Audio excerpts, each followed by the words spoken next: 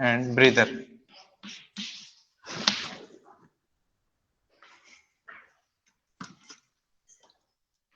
Here, whenever you are going for doing this activity,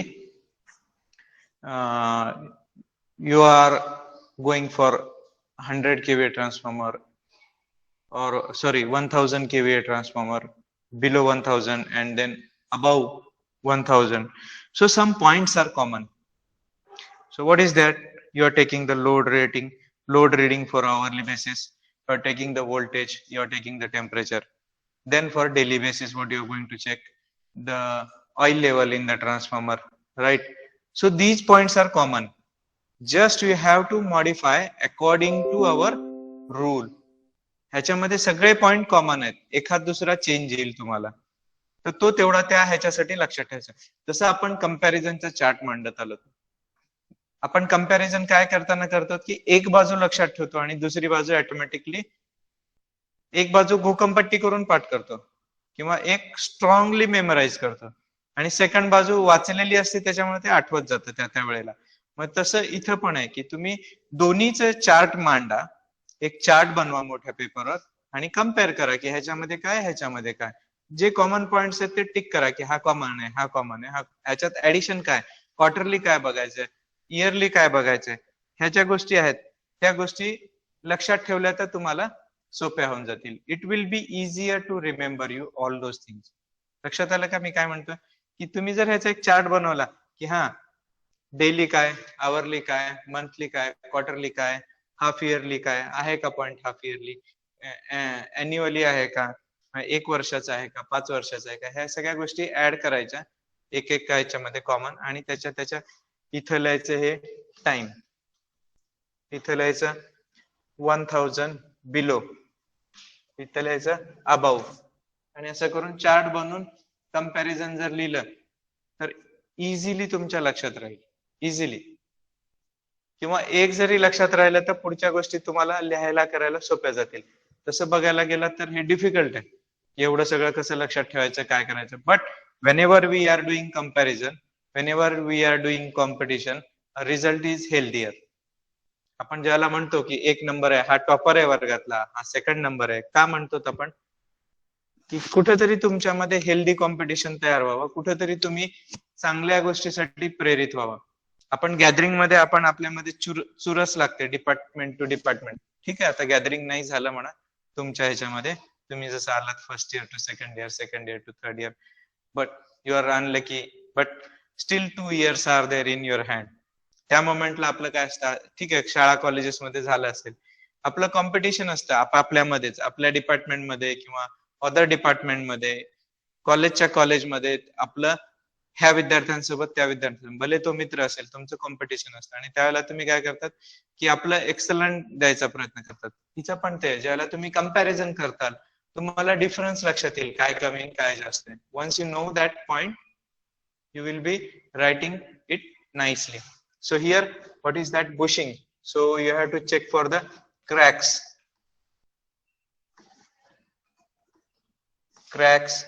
dust, and how you are going to find out? By visual inspection. So if you found okay,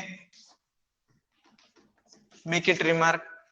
If not okay, so what is the failure, what is the problem you have found? Cracks. So remark, replace, and you will do the replacement activity. त्या क्षणी तुम्ही काय करणार की हे maintenance department मधला जो कोणी आहे त्याला सांगितलं, सर त्या बुशिंग मध्ये असे असे क्रॅक्स आहेत आणि ताबडतोब बदलणं आवश्यक. So you will replace it. Transformer oil, by visual inspection we will check the level. If the level is okay, so no problem. If level is dropped, so what will you find? Leakage, and that is not a tedious task. ते पण काही फार अवघड नाहीये. So you will find the leakage easily, because where the oil is leaking you will find some clues there. तिथे काहीतरी त्याचे mark असतील, तेल सांडलंय, ट्रान्सफॉर्मरचं ऑइल आहे. साधं जरी तेल सांडलं तर आपल्याला तेलाचा डाग असेल तर लक्षात येतो की बाबा इथं तेल सांडलं होतं. धूळ जमा होते, पटकन चिटकून बसते किंवा त्याचे लॉंग इम्प्रेशन्स राहतात. बरोबर आहे. So you will find the leakage very easily and you will inform to the person you are in charge. Yes, there is a leakage is found. So that leakage, according to the severity of the leakage, the leakage किती प्रमाणात आहे त्याच्याप्रमाणे तुम्ही decision घेणार की ते ताबडतोब करायचे का इझिली होऊ शकते क्लिनिंग करून बघून त्या गोष्टीवर तुमचं डिसिजन राहील. So you will change the or you can add the transformer oil because last time when it was done the maintenance, but by mistake there is some lesser quantity of oil is available and that's why always it is showing the less value. So you can add. You have done the inspection, but the previous record of the maintenance of the transformer is there and at that time oil was filled less. So this can be the reason also. So you can do this activity. Then breather, you will go for silica gel. You will find if it is okay, color is normal. If it is pink, you will replace that silica gel and you will keep it for drying. Or there is a drying agent or there is a heaters. You can keep that silica gel in the heater. It will dehydrate and dehydrate. You can replace it. Otherwise, there is another stock you can replace with that one and you can go for the next step. Yearly maintenance.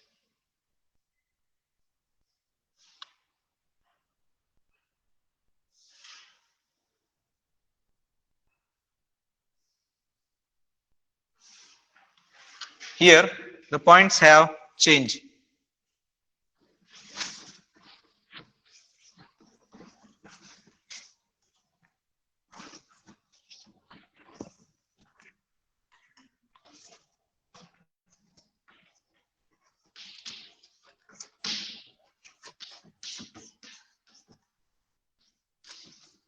Transformer oil. Here we will check the acidic level and sludge formation.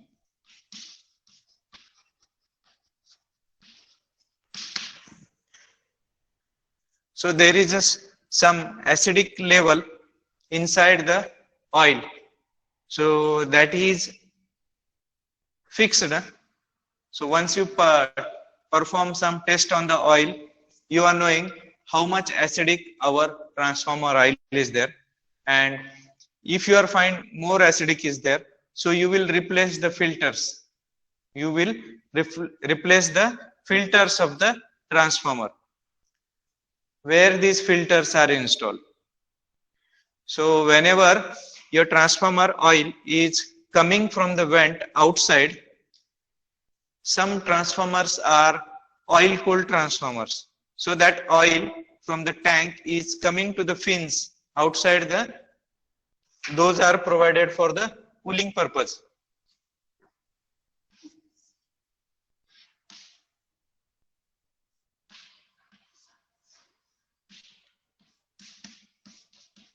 याला fins म्हणतात. हे एक circular असा pipe असतो, ह्याच्यातनं oil circulate होतं. हे गरम झालेलं ऑइल ह्याच्यात येतं,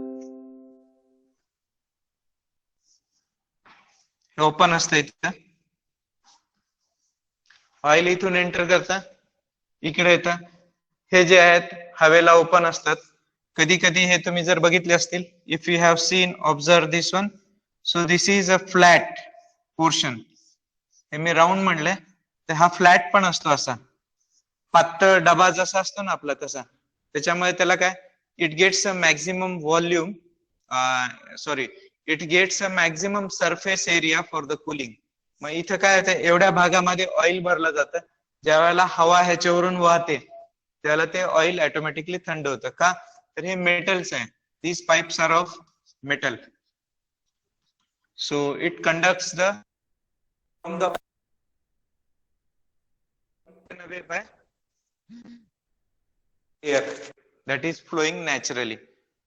Depending upon the capacity of the transformer, this may be oil cooled,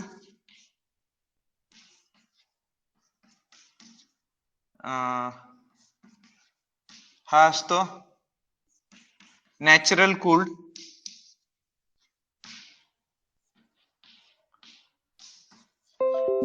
or forced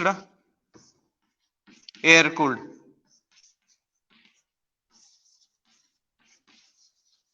Natural air cooled मध्ये काय होतं? What is happening in the natural air cooled? As the name indicates, normally air is blowing over these fins and it is get cooled. But the load on the transformer is very heavy, or we cannot, or that transformer is installed in the commercial area. So there is a continuous load. If it is in the residential, so we can go for this natural cooling. If it is in the commercial area, so there is a electricity is required for continuously, and that purpose oil must be cooled faster and faster. That time we are using the forced air cooling. So what is the equipment there? Fan is installed there. So that fan is working with the electricity what is coming over there, and that fan is cooling that oil. आपण घरी पण करतो ना, उन्हाळ्यामध्ये फार उकडायला लागले की काय करतो, फॅन आपल्या तोंडाकडे करतो. पूर्वी टेबल फॅन असायचे, आता नाही आहेत. आता सगळ्यांच्या घरी असे फॅन आहेत, कूलर आहेत किंवा एसी आहेत. किंवा कूलर जर असेल तर आपण असं कूलर समोर जाऊन थांबतो, आपणच आपल्याला हवा पाहिजे. मग मागणं ओरडतात, मला नको का. लहान भावंड घरात येते असले की समोर थांबतात, बरोबर आहे ना. हे होतं, प्रत्येकाच्या घरी होतं. तुमच्या घरी होतं, माझ्या घरी. मी माणूस आहे, तुम्ही पण माणूस आहे, त्याच्यामुळे तुमच्या घरी पण होणार आहे, माझ्या घरी पण होणार आहे. So this things are happening. So what we are doing, we are taking a forced air cooling to us also. So same thing here what we are providing. So in that purpose, so sometimes the acidic level is changing due to the heat, the load on the transformer, and that may cause sludge formation, or that may cause some problem to the winding insulation. वाइंडिंगचं जे insulation आहे, paper insulation आहे, काय जे त्याला पण ह्या acidic level मुळे त्या पेपरला पण प्रॉब्लेम होतो, जर if it is a paper insulated. मग ऍसिडिक लेवल वाढल्यामुळं जे ऑइलची नॉर्मल विस्कॉसिटी आहे, म्हणजे आपण त्याला काय म्हणतो, पातळ किंवा घट्ट ऑइल म्हणतो ना. नॉर्मली आपण खोबरेल तेल, घनता, विस्कॉसिटी आता इंग्रजी पटकन आठवायला, मराठीत आठवत नाही. नॉर्मल आता खोबरेल तेल उन्हाळ्यात कसं पातळ असतं, आणि ते जर हिवाळा सुरू झाला, इनिशियली पटकन लगेच घट्ट होतं, पांढरं एक ते पारदर्शक असतं. पण ज्याला हिवाळ्याची सुरुवात व्हायला लागली की मग ते अपारदर्शक होतं, घट्ट होतं, ओपेक होऊन जातं, right. So same thing is there. That is the sludge formation is happening in the oil due to the increase in the level of acidity inside the oil, and that for that purpose you have to remove the filters. कधी कधी filters पण तुम्ही remove केले नसतील. आता समजा ते filter आहे, 1 वर्षाला बदलायचंय किंवा 6 महिन्याला बदलायचंय, आणि तुम्ही त्याला 2 वर्ष झाले ओढताय, मग काय होणार? Already whatever the problems were there that are inside the filter, and that is even if you have filled a fresh oil inside the transformer, the dirt, the sludge what is available inside that filter, it will be transferred to the fresh oil.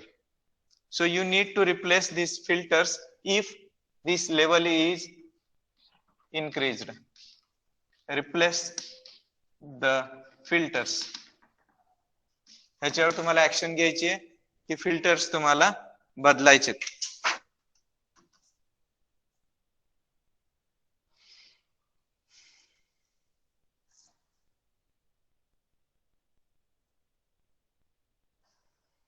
Insulation resistance. Next point is there, insulation resistance.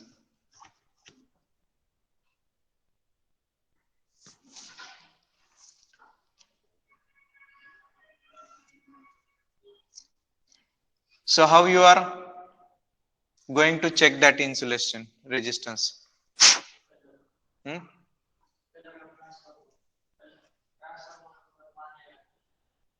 नाही, insulation resistance म्हणतो, त्याचा कलरवर कसा depend होणार आहे?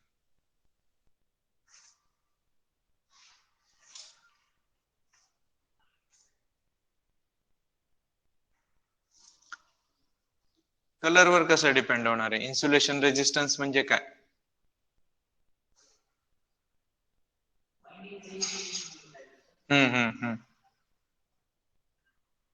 आता sludge formation मुळे जर पेपरचं इन्सुलेशन खराब झालंय तर प्रॉब्लेम येणार ना. कोण सांगतंय what is a insulation resistance?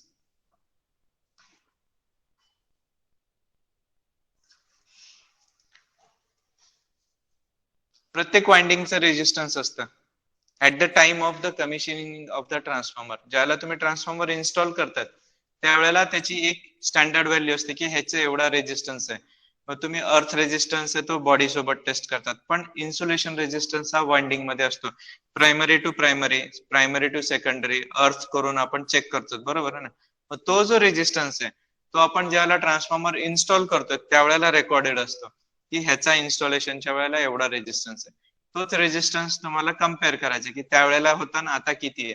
तो कमी झालाय चेक करावं लागेल, काहीतरी प्रॉब्लेम आहे. वाढलाय तरी प्रॉब्लेम आहे. वाढलेलाही नको कमी पण नको, आपल्याला जे आहे तेवढाच पाहिजे आणि तो राहतो. If there is a fault inside the transformer, insulation has damage or there is a somewhat leakage, so it is going to change. The value will increase or the value will decrease, and both you have to report. And if you will find it is increased, so go for the suitable action whatever it is required, right? Oil filled bushings. आता काही काही ठिकाणी transformer मध्ये oil filled bushings are used, so you have to test the oil inside the bushings. जसं मी normal bushings म्हणले होते तुम्हाला, रबराचे असतात. तर if the load here, for what type of the load is there, 1000 kVA and above, so these bushings are of heavy load, means our transformer is working for heavier load, and where the heavy loads are there, those loads are for 24 hours. जे load heavy loads असतात ना ते 24 hours असतात. तुम्ही observe करा की industrial area किंवा आता समजा एक मोठी इंडस्ट्री आहे तर त्याला सेपरेट लोड ट्रान्सफॉर्मर देऊन टाकतात की हे तुझं तुझं बाबा, तुझा लोड तो सांभाळ. आपलं कॉलेज आहे, आपल्याला बाहेरच्या चार आजूबाजूच्या घरांना इथनं आपल्याच ट्रान्सफॉर्मर वरनं लोड नाही दिलेला. आपल्या प्रेमायसेस मध्ये आपला ट्रान्सफॉर्मर आहे, हा तुमचा ट्रान्सफॉर्मर, तुम्ही बघा त्याचा काय गोंधळ तुम्ही करा. त्याच्यावरचा लोड मंजूर आहे एवढा आहे, त्याच्या पुढे जर लोड वाढतोय तर you need to go for the replacement of the transformer. So in that situation load is heavier, that time we are using the oil filled bushings. म्हणजे लोड ऑब्विसली लोड जास्त आहे, अननेसेसरी कॉस्ट कोण वाढवणार आहे? The cost of the device is increasing, so why we are going for the higher cost unnecessarily, right? So the load is heavier or the load is at the higher side, so what we are doing, we are using a oil filled bushings. हा point इथे वेगळा आहे, oil filled bushings. तर check the oil level, it is okay, or check the filters. If they are proper, means there is no sludge formation, there is no acidic level increase, so it is okay. If you will find the sludge formation is there inside the bushings also, so we replace the filters of this one. Sludge म्हणजे oil घट्ट होतं. आता तुम्ही काय करा, तुम्ही कुठली गाडी आहे तुमच्याकडं? हा, युनिकॉर्न आहे, म्हणजे मोटरसायकल आहे तुमच्याकडे. मोटरसायकलच्या इंजिन मध्ये तुम्ही ऑइल टाकता, ज्यावेळेला तुम्ही ऑइल टाकता त्यावेळेला ते डब्यातनं टाकतानाच ऑइल आणि तुमच्या इंजिन मधनं काढलेलं ऑइल, हे दोन्ही बघा तुम्ही, फरक असतो. काय असतं, ते टाकलेलं ऑइल तुम्हाला पातळ दिसतं आणि बाहेर काढलेलं ऑइल तुम्हाला घट्ट दिसतं, आणि ते टाकतानाचं ऑइल पारदर्शक असतं, आरपार तुम्हाला सूर्याचे किरण येताना जास्त दिसतात किंवा पलीकडे काय आहे ह्याची थोडीफार तरी जाणीव असते. ते काय असते, त्याच्यामध्ये वाढलेली इम्प्युरिटी, त्याची वाढलेली घनता कशामुळे वाढली, तर मधल्या फ्रिक्शन्स मुळे वाढली. तसं इथल्या रोटेशन्स मुळे, हीट एनर्जी मुळे त्याच्यातले जे केमिकल कॉम्पोजिशन आहेत ऑइलचे ते चेंज झाले आणि त्याची आपली व्हॉल्यूम जो होता, जो ऑइल पातळ होतं ते घट्ट झालं. घट्ट झाल्यामुळे काय होतं, तर त्याच्यामधले अदर कॉम्पोनंट्स वाढले. So that is called as a sludge formation.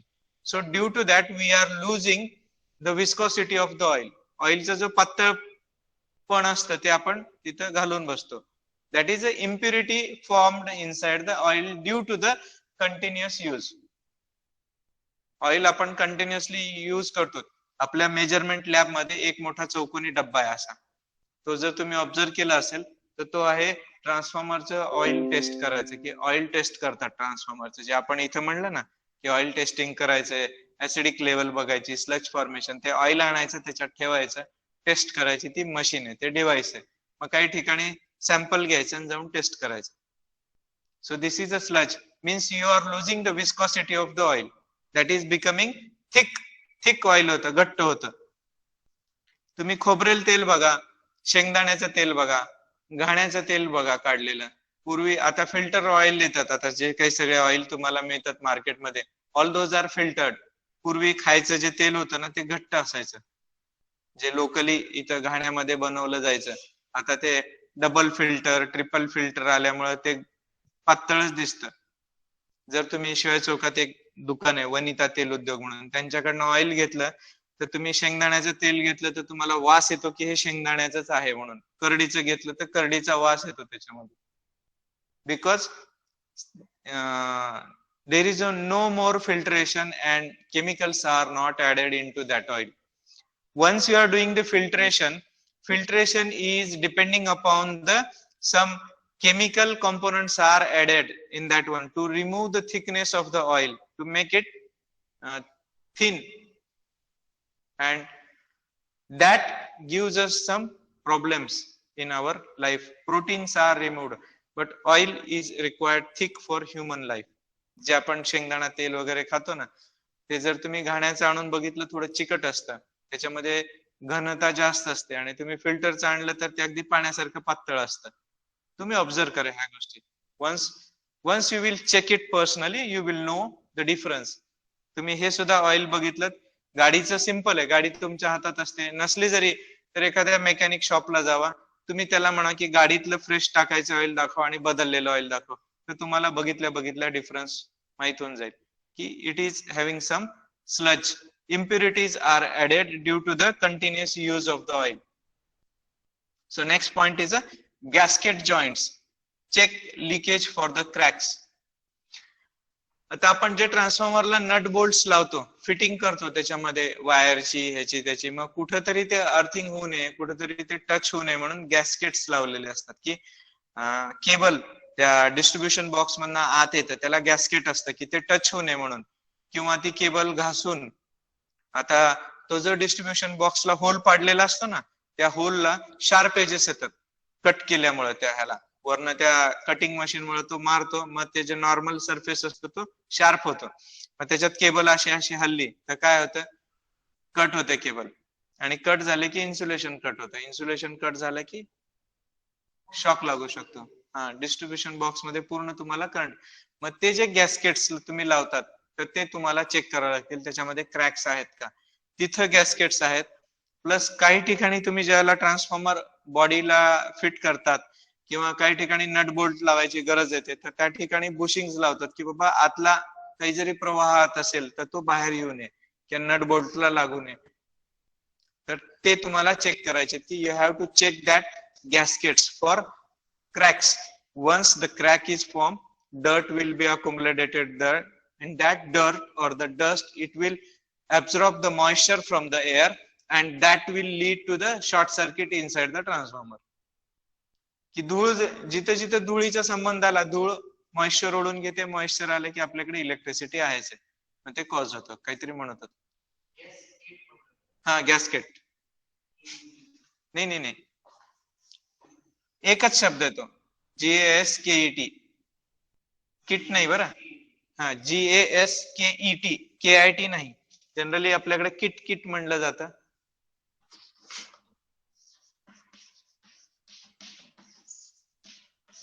तुमच्या जर घरात वावर असेल तर ते स्वयंपाकाचं आपलं कुकर असतं ना, भात लावते, त्याच्यामध्ये एक रबर असतं, रिंग असतं, त्याला गॅस्केट म्हणतात. It holds the air inside that one, म्हणजे आतली हवा बाहेर जात नाही, बाहेरची हवा आत येत नाही. So it works as a insulator there, की तिथं ते स्टॉप करतं, तुम्हाला बाइंडिंग करतं.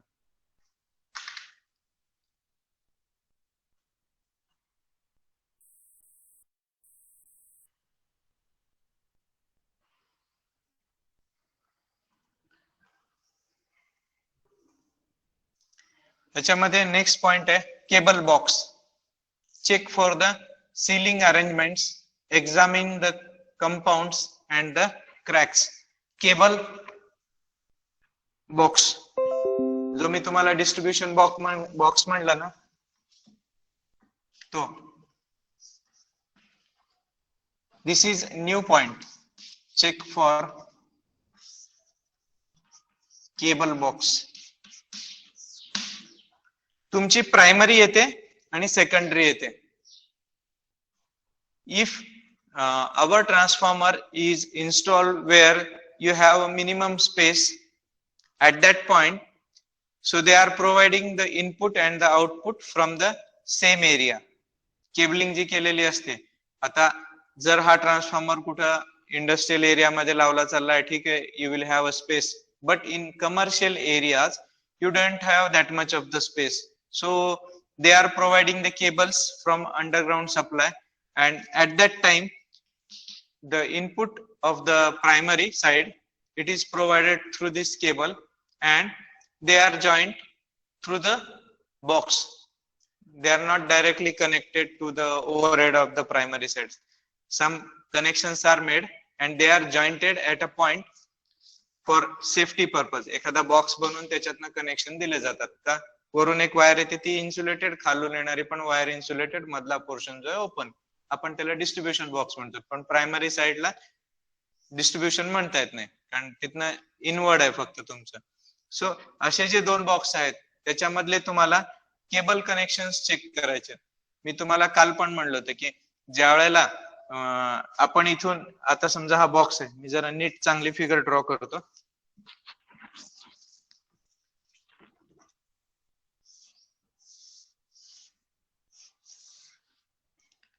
आता इथून प्रायमरी साइडची एक केबल एंटर होते. इथे हे गॅस्केट लावलेलं असतं, इथे गॅस्केट लावलेलं असतं आणि ह्याच्यातून आपली केबल एंटर करते. ज्याला ही केबल आपण कट करतो आणि ही आउटपुटचे कनेक्शन्स, आणि इथं RYB हे जोडून टाकतात इथे. आपली केबल ज्याला इथून एंटर करते ही केबल, ह्याचं जे वरचं लेअर आहे इन्सुलेशन लेअर, मेन लेअर, ज्याला आपण सर्विंग म्हणतो, वरचं सगळ्यात वरचं आउटर लेअर जे असतं केबलचं,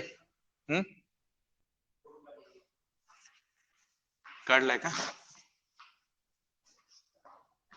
बॉक्स, ही केबल जी एंटर करते ना, ह्याचं जे वरचं ब्लॅक कलरचं जर कोटिंग काढलं तर ते लवकर खराब होतं. त्याच्यावर जर आर्म रिंग नसेल तर ते प्लास्टिकला डायरेक्ट एक्सपोज होतं.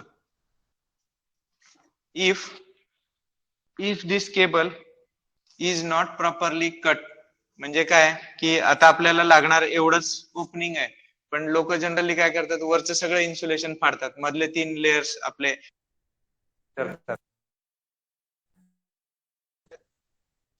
त्याचं इन्सुलेशन ओपन राहतं, त्याचं आणि due to the use of the due to the ageing, म्हणजे 6 महिने 8 महिने वर्षभर 2 वर्षभर हे पीव्हीसी कोटिंग जर असेल तर ते काय क्रॅक्स यायला चालू होतात आणि that is problem to our transformer. मग इथं काम करणाऱ्या व्यक्तींना, ट्रान्सफॉर्मरला जरी प्रॉब्लेम नाही झाला तर काम करणाऱ्या व्यक्तींना शॉक लागू शकतो. आणि ट्रान्सफॉर्मरला काय तर हे 3 ह्या एवढ्याशा पॉइंट मधनं आत एंटर मारतायत म्हणजे शॉर्ट सर्किट, तिथं RYB चे तिथं शॉर्ट सर्किट होतं. So you have to check for this one. If you are find something is problematic, you can replace or you can change the cable, right? Then arcing horns are provided. Arcing horns तुम्हाला उद्याच्या session मध्ये सांगेन किंवा सोमवारी. Arcing horns कशासाठी दिलेले असतात?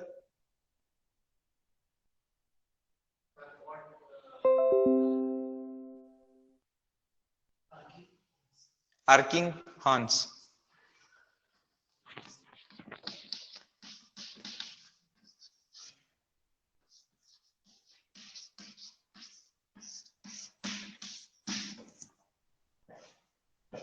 Horns शिंग दोन्ही साइडने. जर एखाद्या स्पार्किंग होत आहे तर ते स्पार्किंग काय करतं, डॅमेज करतं. मग आर्किंग हॉर्न्स दिलेत की ते स्पॉट्स जंप मारतो. नमस्ते sir. So these you have to check it out for arcing horns, and we will discuss over this arcing horns in the next session.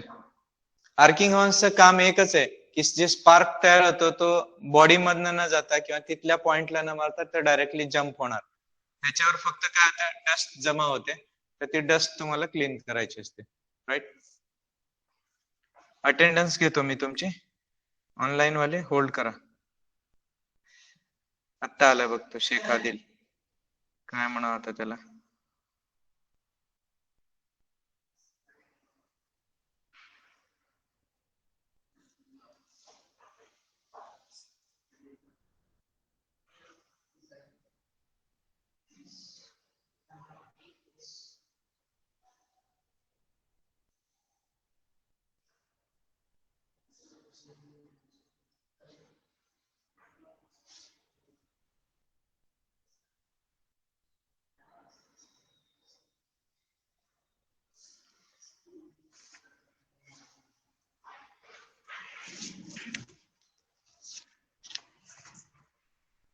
तुमच्या दोघांचे काय नंबर आहेत. 63 आणि 23. पेन राहिला केबिन मध्ये. 63 and 23. Okay. Thank you. Thank you.